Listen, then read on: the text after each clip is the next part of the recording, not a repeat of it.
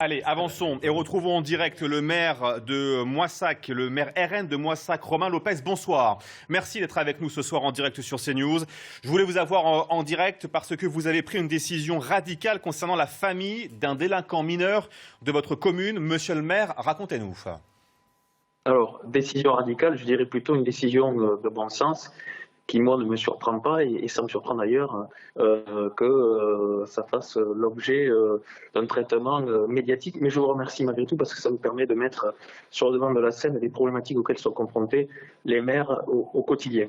Effectivement, on a souhaité ne plus rendre éligible une famille d'un mineur qui n'est pas encore délinquant mais qui est sur la voie de la délinquance puisque ce mineur a commis plusieurs actes d'incivilité, notamment des jets de pierre sur les fenêtres d'un lycée agricole, plusieurs bagarres. Et puis, dernièrement, ce qui m'a fait sortir de mes gonds, il s'est permis de cracher sur la voiture de la police municipale.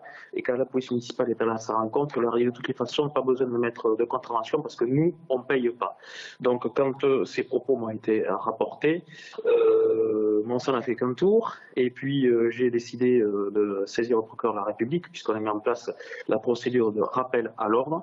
Donc, ce jeune homme devait faire l'objet d'un rappel à l'ordre dans mon bureau en présence de ses parents, du chef de la police municipale et de la gendarmerie.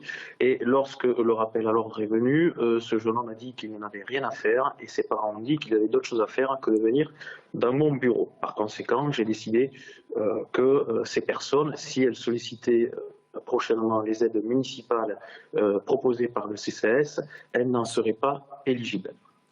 Alors, justement, Romain Lopez, ça veut dire que vous avez supprimé les aides de la mairie à cette famille. Pour combien de temps ?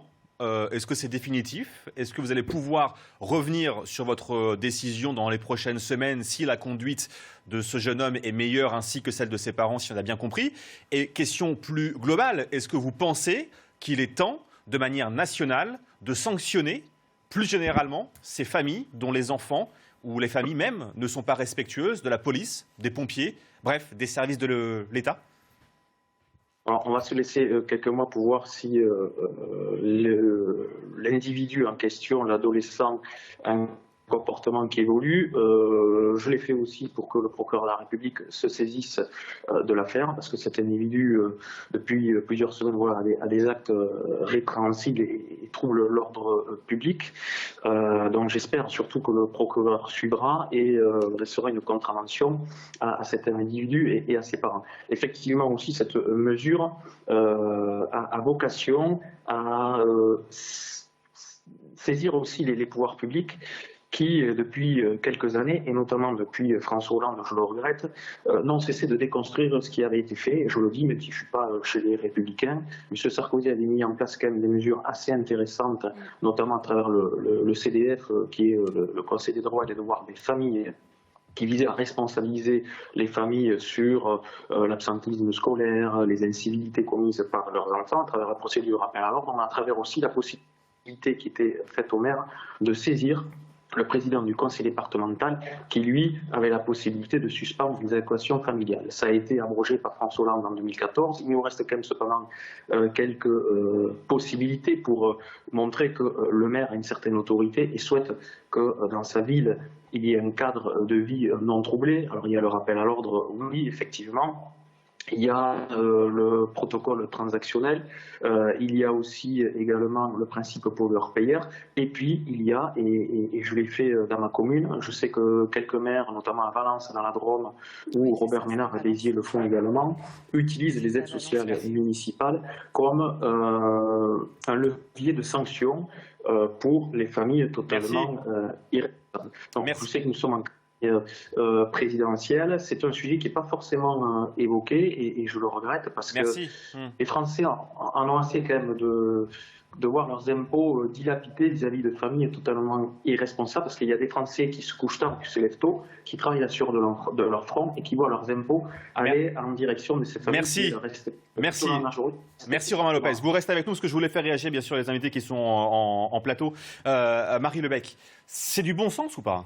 En tout cas, en ce qui concerne les aides de la commune, si c'est la compétence du maire et que le maire souhaite appliquer cette politique, il est légitime à le faire. C'est du bon sens, Marie Lebec. Mais pardon, laissez-moi aller au bout. Sur ce sujet sujet-là, c'est un débat qu'on a déjà eu plusieurs fois au niveau national. Moi, je suis pour une responsabilisation des parents. En revanche, est-ce que ça doit passer par la fin des aides? J'en suis pas persuadée. Vous pouvez bien sûr avoir une famille avec un enfant difficile qui est un enfant unique et vous pénalisez la famille, mais vous pouvez aussi avoir des familles avec des frères et sœurs.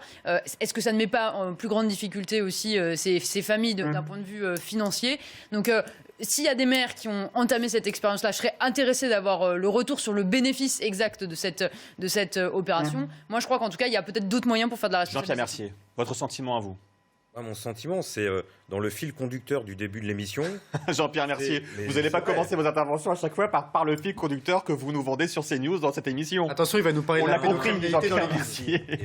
D'accord, alors allez-y. Et je suis bien content d'être là pour le dire. Mais bien sûr, mais vous êtes... Parce qu'on peut tous dire. Oui, exactement, on peut tous le dire, d'être là avec très grand plaisir. Oui, c'est toujours de toute façon contre les pauvres, contre les petits. Ou contre celles et ceux qui attaquent les policiers, Jean-Pierre Mercier. C'est comme ça aussi qu'on peut le voir.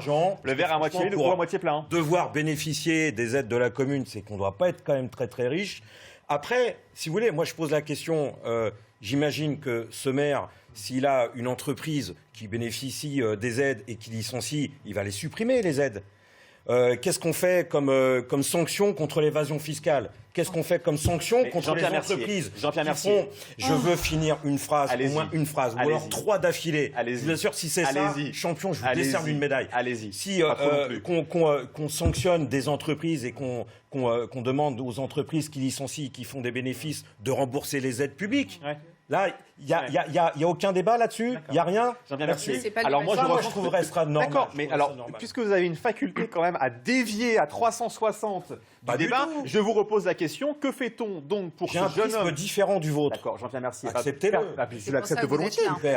Mais je vous repose quand même la question. Que fait-on de ce jeune homme qui crache sur une voiture de la police municipale, qui est convoqué avec ses parents et dont les parents ne veulent même pas venir avec lui à la convocation à la mairie? On lui dit quoi? Alors on lui dit...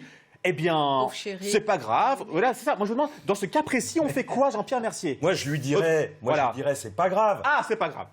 Non, c'est pas ça que je veux dire. Ah. Non, moi, je lui dirais pas que c'est pas grave. Ouais. Bien sûr que ça, c'est pas acceptable aussi. Mais si on fait quoi, alors? On fait quoi? Dire ça. Mais c'est pas. Parce qu'apparemment, ce jeune homme est multirécidiviste.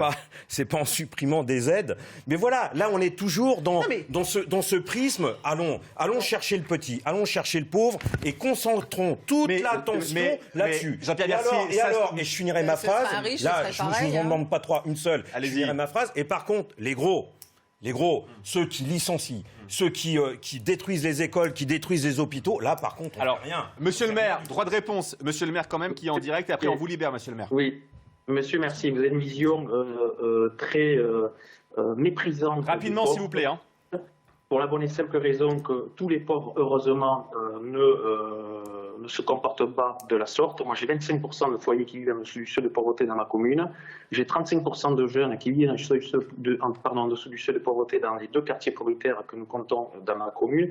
Et j'ai un certain nombre de familles monoparentales. Et elles, heureusement, dans la très grande majorité, ne contreviennent pas à la loi et respectent le cadre républicain. Mais ça ne m'étonne pas, monsieur Mercier, du coup, que les classes populaires vous ont quitté, vous ont déserté depuis bien longtemps. Dites-moi.